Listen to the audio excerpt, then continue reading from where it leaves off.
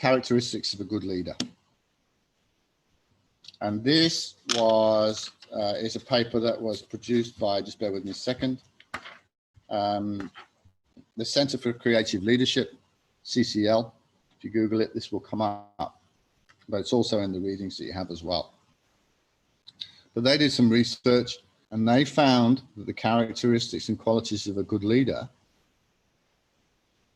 well, great leaders consistently possess these 10 core leadership skills. Let's start to go through them. Integrity, we spoke about that already. The ability to delegate, absolutely. Communication, two-way. Good leaders need to be not only communicate with their employees, but be open to communication the other way as well. Self-awareness. Self-awareness, awareness of oneself comes before everything. Gratitude. And this is about, in some respects, being thankful, showing thanks to the team, showing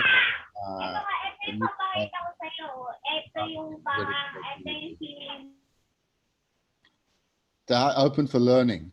Everybody on this call, open to learning agility. Influence, empathy. Somebody said it, I think it was Joe Cal or John, I'm not sure who it was. Courage and respect. You know, people are only going to follow people that they respect. People are only going to follow people that they want to. Leadership intonates fellowship to me. And, leadership suggests following. And these are essentially the 10 core leadership skills that great leaders consistently possess. Okay.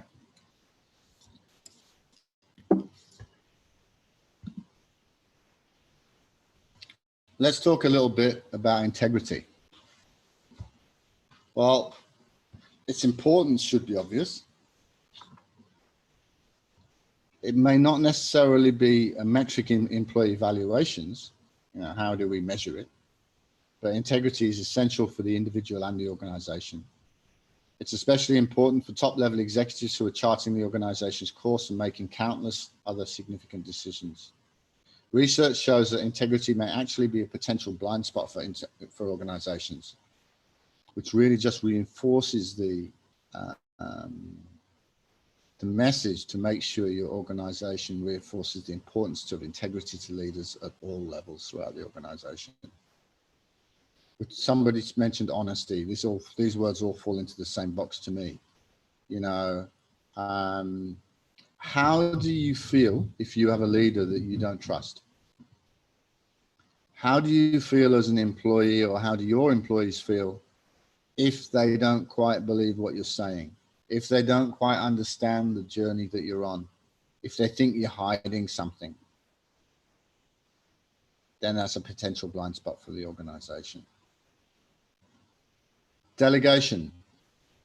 Delegation as a manager or a leader or whatever you might be, it's core responsibility of a leader, but it can be tricky to delegate effectively.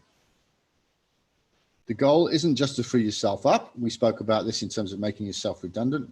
Great. But it's also to enable your direct reports, facilitate teamwork, provide autonomy, which leads to better decision-making and helps your direct reports grow. In order to delegate well, coming back to that first point of integrity, you also need to be able to build trust with your team.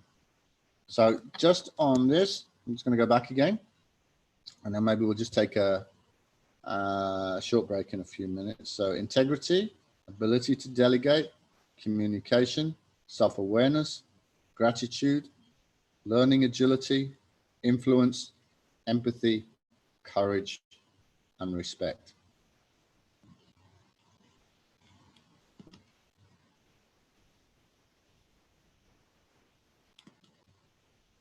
Okay. We talked about this. Effective leadership and effective communication are intertwined. You need to be able to communicate in a variety of ways, from transmitting information to coaching your people. You know, I think a good leader is almost a natural coach. Coaching, I would say, is certainly encompassed in leadership, and they're all effective leadership, communication, trust. All of these things we're talking about are intertwined. And, you know, there's no point in having great communication skills if we don't trust what you're saying, and vice versa.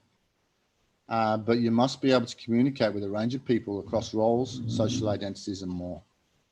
More and more now, you know, I used to run 15 countries, I think. And not only did I fly more than a pilot, but actually my leadership, I think, changed. My leadership style changed, it had to change, dependent on where I was and the culture of that, both the organization and of course the country and society in which I was actually working in. But also follow these 5 tips to be a more effective communicator, and learn how better conversation can inform your work, improve your workplace culture. Self-awareness. Commonly people say the first thing you need to understand before you can understand and lead others is yourself. Be aware of your own skills, your own limitations, your own abilities.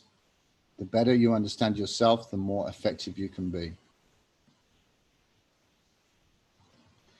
Do you know, for example, do you know how other people view you? We see a lot of things in terms of 360-degree surveys and stuff like that at the moment within organizations. But until we know how people view us, it's very difficult to understand how we are. So it's really about really taking time to understand about self-awareness and how you can dig into each component. This will come through in later as well, but understand you.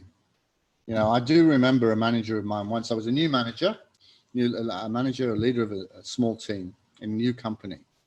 And I'd been there about a month. I ended up running the company, but I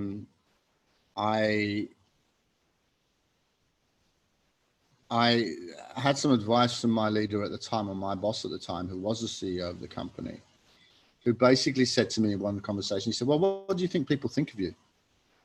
And I didn't really know whether it was a trick question or not. But his message was, you know, people think you're a nice guy, but have you really stood up and showed them leadership as yet? And he was right. I'd spent a lot of time making sure my team enjoyed working with me. I enjoyed working with them and all that type of thing. But I hadn't yet stood up to the plate in terms of communicating like a real leader should. And I learned from that conversation, went on and built my leadership career as well. And I ended up running a business of about 2,000 people. But a lot of self-reflection and that type of thing, and self-leadership, self-awareness, lead yourself first.